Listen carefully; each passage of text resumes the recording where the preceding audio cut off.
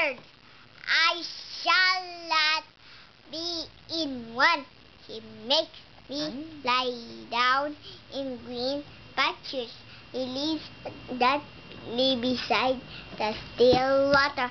Restore my soul. He guides me in path of righteousness for his name's sake. Even though I walk through the valley of shadow of death, I will fear no evil, for you are with me. Your rod, your staff, they comfort me. You prepare a table before me in the presence of my enemies. You anoint my head with oil, my cup overflows.